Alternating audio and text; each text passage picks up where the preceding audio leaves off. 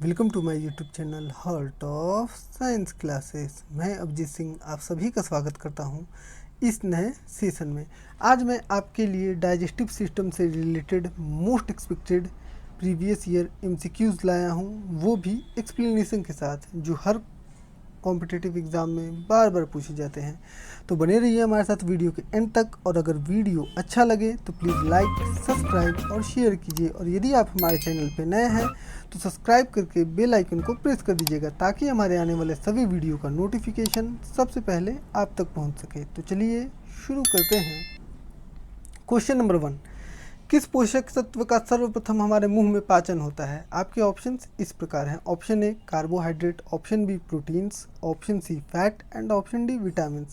इसका सही आंसर होगा ऑप्शन ए कार्बोहाइड्रेट। कार्बोहाइड्रेट का सर्वप्रथम हमारे मुंह में पाचन होता है। क्वेश्चन नंबर 2, निम्नलिखित में से कौन हमारे आहार नाल का भाग नहीं है? आपके ऑप्शंस इस प्रकार हैं। Option A small intestine, option B stomach, option C oesophagus या food pipe, option D large intestine and option E liver. इसका सही आंसर होगा ऑप्शन ई लीवर। लीवर यानी यकृत हमारे आहार नाल का भाग नहीं है। दोस्तों, जैसा कि आप इस पिक्चर में साफ साफ देख सकते हो कि हमारा पूरा डाइजेस्टिव सिस्टम दो भागों में बटा होता है।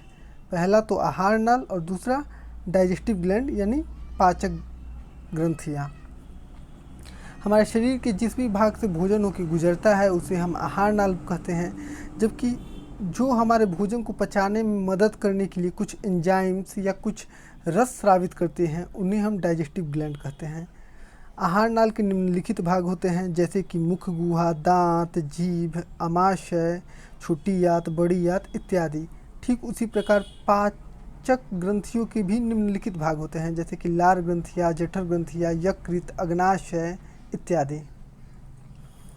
क्वेश्चन नंबर 3, हमारे दांतों का सबसे ऊपरी भाग किसका बना होता है?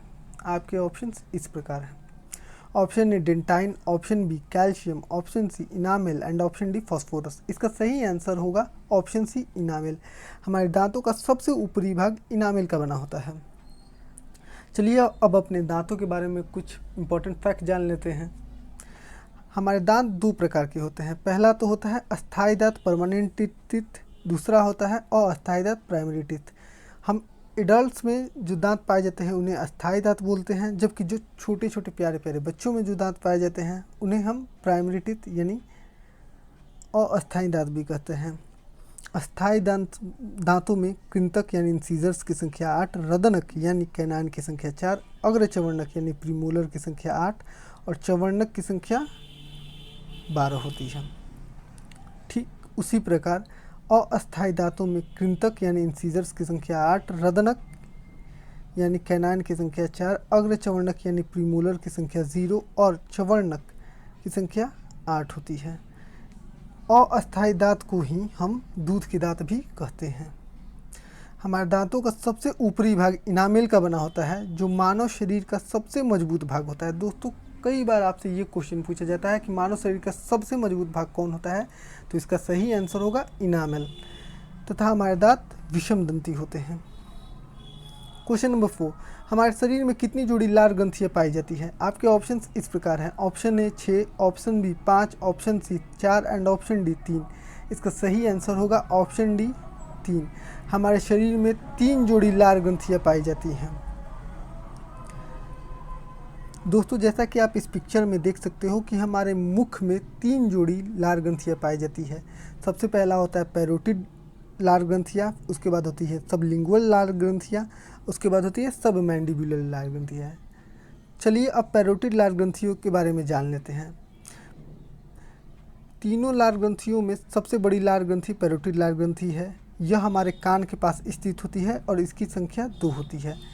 उसके बाद होती है सब लिंगुअल लार ग्रंथि, जिसको सब लिंगुअल ग्लैंड्स भी बोलते हैं। यह हमारे जीभ के पीछे उपस्थित होती है और यह तीनों लार ग्रंथियों में सबसे छोटी लार ग्रंथि होती है। और उसके बाद होता है सब मैंडिबुलर ग्लैंड।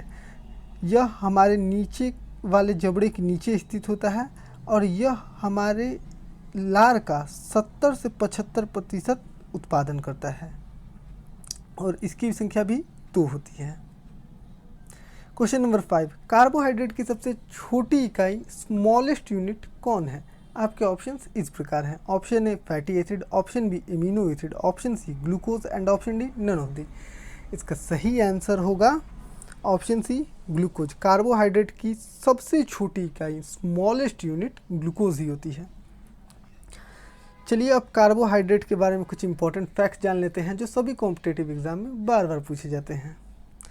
कार्बोहाइड्रेट की सबसे छोटी इकाई ग्लूकोज होती है। कार्बोहाइड्रेट ग्लूकोज में टूटकर हमारे शरीर को ऊर्जा देती है।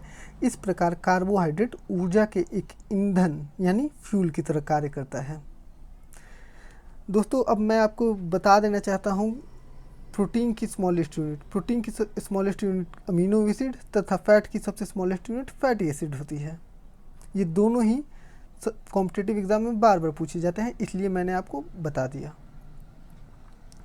क्वेश्चन नंबर 6, हमारे लार का पीएच मान कितना होता है? आपके ऑप्शंस इस प्रकार हैं। Option A 6.8, option B 7, option C 7.3 and option D 13। इसका सही आंसर होगा ऑप्शन ए 6.8। चलिए अब अपने लार यानी सलाइवा के बारे में कुछ इंपॉर्टेंट फैक्ट्स जान लेते हैं जो सभी कॉम्पिटिटिव एग्जाम में बार बार पूछे जाते हैं। हमारे लार का 95% भाग केवल और केवल पानी से बना होता है तथा हमारे लार का पीएच मान 6.8 होता है, अर्थात इसकी प्रकृति थोड़ी सी अम्लीय होती है। क्वेश्चन नंबर 7, हमारी लार ग्रंथियों से कितने एंजाइम्स निकलते हैं? आपके ऑप्शंस इस प्रकार हैं। Option A 3, option B 4, option C 5 and option D 6।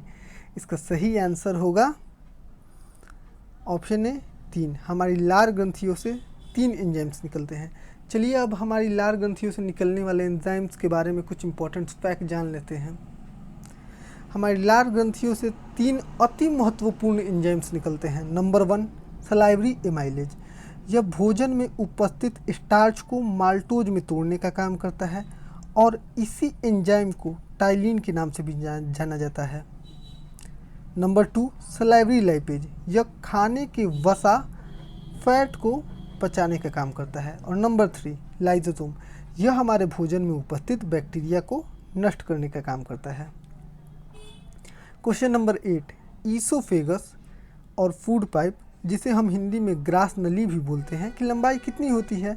आपके ऑप्शंस इस प्रकार हैं। Option A 15 centimetre, option A B 20 centimetre, option C 25 centimetre and option D 30 centimetre. इसका सही आंसर होगा option C 25 centimetre. Food pipe यानी ईसोफेगस की लंबाई 25 सेंटीमीटर होती है।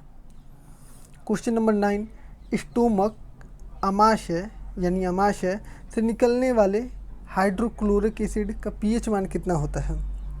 आपके ऑप्शंस इस प्रकार हैं। ऑप्शन ए 1 से 2 के बीच, ऑप्शन बी 1.5 से 3.5 के बीच, ऑप्शन सी 4 से 7 के बीच एंड ऑप्शन डी 8 से 14 के बीच।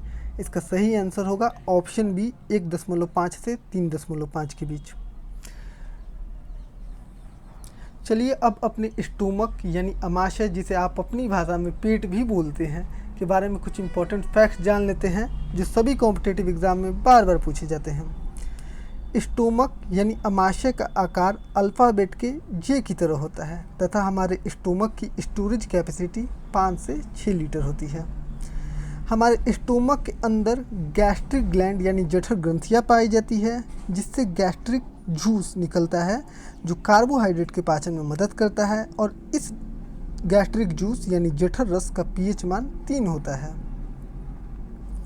क्वेश्चन नंबर 10, कौन हमारे अमाशय यानी स्टोमक की आंतरिक दीवारों को हाइड्रोक्लोरिक एसिड से जलने से बचाता है? आपके ऑप्शंस इस प्रकार हैं। Option A cellulose, option B mucus, option C chitin and option D none of this.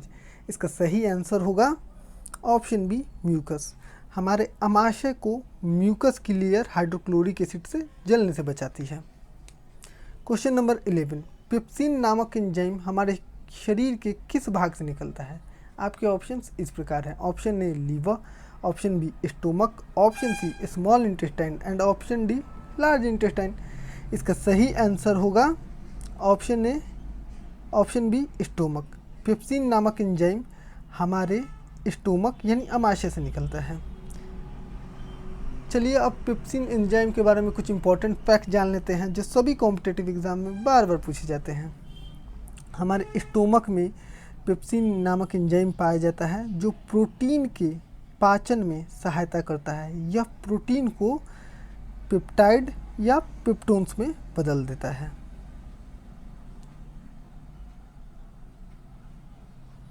Question number 12, शिशुओं में दूध का पाचन करने में कौन सा एंजाइम मदद करता है? आपके ऑप्शंस इस प्रकार हैं। Option A renin, option B pepsin, option C ptyalin and option D none of these. इसका सही आंसर होगा ऑप्शन ए रेनिन। शिशुओं में दूध का पाचन करने में रेनिन नामक एंजाइम मदद करता है। चलिए अब रेनिन के बारे में कुछ इंपॉर्टेंट फैक्ट जान लेते हैं जो सभी कॉम्पिटिटिव एग्जाम में बार बार पूछे जाते हैं। शिशुओं में दूध को पचाने का काम रेनिन नामक एंजाइम करता है। हमारे स्टोमक में रेनिन नामक एंजाइम पाया जाता है जो दूध में उपस्थित मिल्क प्रोटीन कैसीन को पैरा कैसीन में बदल देता है। दोस्तों कई बार आपसे ये क्वेश्चन पूछा जाएगा कि दूध में कौन सा प्रोटीन पाया जाता है, तो इसका सही आंसर होगा दूध में कैसीन नामक प्रोटीन पाया जाता है। क्वेश्चन नंबर 13, छोटी आंत की लंबाई कितनी होती है? आपके ऑप्शंस इस प्रकार हैं। Option A 2 metre, option B 4 metre, option C 6 metre and option D 8 metre. इसका सही आंसर होगा ऑप्शन सी 6 मीटर। छोटी आंत की लंबाई 6 मीटर होती है।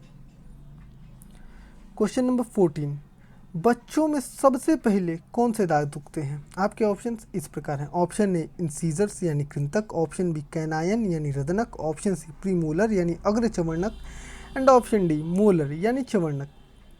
इसका सही आंसर होगा ऑप्शन ए इंसीजर्स यानी कृंतक। बच्चों में सबसे पहले इंसीजर्स दांत उगते हैं। दोस्तों जैसा कि मैंने आपको पहले ही बता दिया है कि अस्थायी जो बच्चों में जो दांत पाए जाते हैं उन्हें अस्थायी दांत या अस्थायी दांत या दूध के दांत भी कहा जाता है। अस्थायी दांतों में कृंतक यानी इंसीजर्स की संख्या 8, रदनक यानी कैनान की संख्या 4, अग्र चवर्णक यानी प्रीमोलर की संख्या 0 और चवर्णक यानी मोलर की संख्या 8 होती है। बच्चों में सबसे पहले कृंतक यानी इंसीजर्स दांत उगते हैं और बच्चों में अग्र चवर्णक यानी प्रीमोलर दांत नहीं पाए जाते हैं। क्वेश्चन नंबर 15, हमारे जीभ की लंबाई कितनी होती है? आपके ऑप्शंस इस प्रकार हैं। Option A 10 centimetre, option B 15 centimetre, option C 20 centimetre and option D 25 centimetre. इसका सही आंसर होगा ऑप्शन ए 10 सेंटीमीटर। हमारी जीभ की लंबाई 10 सेंटीमीटर होती है। क्वेश्चन नंबर 16, हमारी जीभ किस हड्डी से जुड़ी हुई होती है? आपके ऑप्शंस इस प्रकार हैं। Option A frontal bone, option B occipital bone, option C hyoid bone and option D none of these. इसका सही आंसर होगा ऑप्शन सी हायोड बोन। हमारी जीभ हायोड बोन नामक एक हड्डी से जुड़ी हुई होती है। क्वेश्चन नंबर 17, निम्नलिखित में से कौन एक मिक्स्ड ग्लैंड है?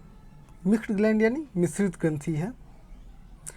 आपके ऑप्शंस इस प्रकार हैं। ऑप्शन ए स्टोमक यानी अमाशय, ऑप्शन बी पैनक्रियाज यानी अग्नाशय, ऑप्शन सी लीवर यानी यकृत and option D small intestine यानी छोटी आंत। इसका सही आंसर होगा ऑप्शन बी पैनक्रियाज यानी अग्नाशय। पैनक्रियाज एक मिक्स्ड ग्लैंड है, अर्थात पैनक्रियाज एक इंडोक्राइन और एक्सोक्राइन दोनों ग्लैंड है।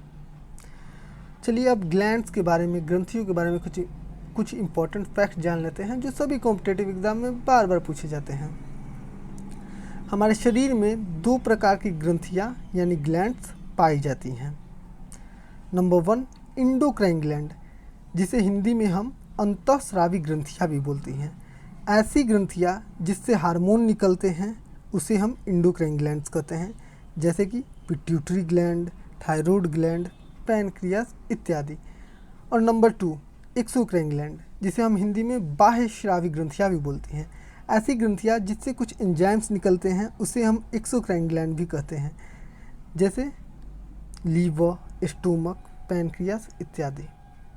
दोस्तों आपने यहाँ पे गौर किया होगा कि पैनक्रियास एक इंडोक्राइन ग्लैंड है और एक्सोक्राइन ग्लैंड दोनों ही है। दोस्तों पैनक्रियास से इंसुलिन नामक हार्मोन निकलता है जिसके कारण पैनक्रियास एक इंडोक्राइन ग्लैंड है, जबकि पैनक्रियास से पैनक्रिएटिक जूस भी निकलता है जिसके कारण पैनक्रियास एक एक्सोक्राइन ग्लैंड है। क्वेश्चन नंबर 18, पैनक्रियाज से निकलने वाले पैनक्रिएटिक जूस का पीएच मान कितना होता है? आपके ऑप्शंस इस प्रकार हैं। ऑप्शन ए 6.0 से 7.5 के बीच, ऑप्शन बी 7.5 से 8.2 के बीच, ऑप्शन डी 9 से 13 के बीच and option D none of these. इसका सही आंसर होगा ऑप्शन बी 7.5 से 8.2 के बीच। पैनक्रियाज से निकलने वाले पैनक्रिएटिक जूस का पीएच मान 7.5 से 8.2 के बीच में होता है। चलिए अब पैनक्रिएटिक जूस के बारे में कुछ इंपॉर्टेंट फैक्ट जान लेते हैं जो सभी कॉम्पिटिटिव एग्जाम में बार बार पूछे जाते हैं। पैनक्रिएटिक जूस का पीएच मान 7.5 से 8.2 के बीच में होता है, जिसके कारण इसकी प्रकृति थोड़ी सी क्षारीय होती है। इस पैनक्रिएटिक जूस का कार्य प्रोटीन का पाचन करना होता है। दोस्तों, ये जितने भी इम्पोर्टेंट फैक्ट्स मैं आपको बता रहा हूँ, ये सभी कॉम्पिटिटिव एग्ज़ाम में बार बार पूछे गए एमसीक्यू हैं, इसलिए मेरा आपसे ये अनुरोध है कि इन सभी को याद रखें। क्वेश्चन नंबर 19, पैनक्रियाज का आकार कैसा होता है? आपके ऑप्शंस इस प्रकार हैं। ऑप्शन ए द्विउत्तल, ऑप्शन बी द्विअवतल, ऑप्शन सी अमीबा के आकार का एंड ऑप्शन डी पत्तीनुमा। इसका सही आंसर होगा ऑप्शन डी पत्तीनुमा। पैनक्रियाज का आकार अमीबा के पत्तीनुमा होता है। दोस्तों, जैसा कि आप इस पिक्चर में देख सकते हो कि पैनक्रियाज का जो शेप होता है बिल्कुल एक पत्ती की तरह होता है, इसलिए ही मैंने पैनक्रियाज का आकार पत्तीनुमा बताया।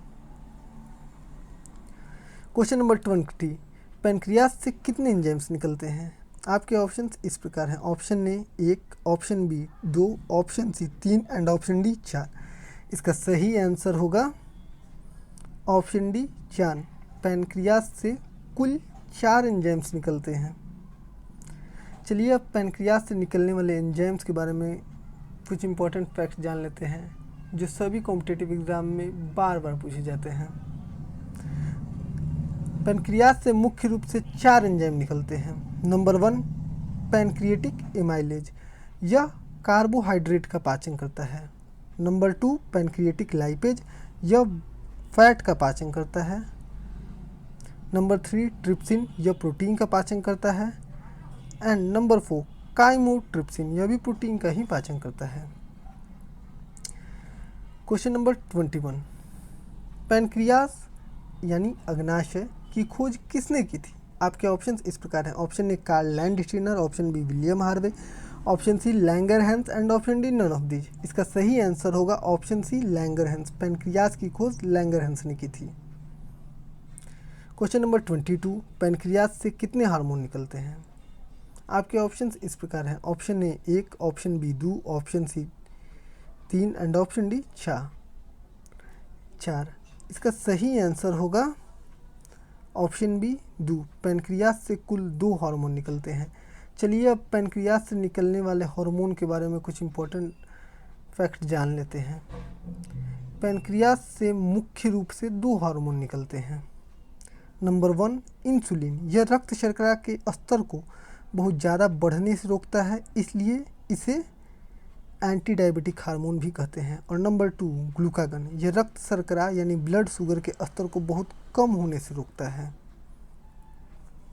क्वेश्चन नंबर 23, निम्नलिखित में से किस से पित्त रस यानी बाइल जूस निकलता है?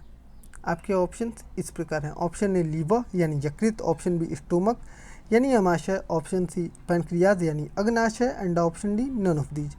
इसका सही आंसर होगा ऑप्शन ए लीवर यानी यकृत। यकृत से ही पित्तरस बाइल जूस निकलता है जो फैट का पाचन करता है। क्वेश्चन नंबर 24, लीवर से निकलने वाले पित्त रस यानी बाइल जूस का रंग कैसा होता है? आपके ऑप्शंस इस प्रकार हैं। Option A yellow, option B green, option C red and option D yellowish green. इसका सही आंसर होगा option D yellowish green. Liver से निकलने वाले पित्त रस का रंग येलोविश ग्रीन होता है तथा यह फैट यानी वसा को पचाने का कार्य करता है। और आज का लास्ट क्वेश्चन, स्माइलिंग टीथ किसे कहते हैं? आपके ऑप्शंस इस प्रकार हैं। ऑप्शन ए मोलर यानी चवर्णक, ऑप्शन बी प्रीमोलर यानी अग्रचवर्णक, ऑप्शन सी कैनायन यानी रदनक एंड ऑप्शन डी इंसीजर्स यानी कृंतक। इसका सही आंसर होगा ऑप्शन डी, इंसीजर्स यानी कृंतक। कृंतक को ही हम स्माइलिंग टिश भी कहते हैं। आज के लिए बस इतना ही। मैं अभिजीत सिंह मिलता हूँ आपसे इस वीडियो के पार्ट 2 में। तब तक के लिए bye, thank you and have a nice day. और अगर वीडियो अच्छा लगे तो प्लीज़ ज़्यादा से ज़्यादा लाइक, सब्सक्राइब और शेयर कीजिए। मैं अभिजीत सिंह मिलता हूँ आपसे अगले वीडियो में।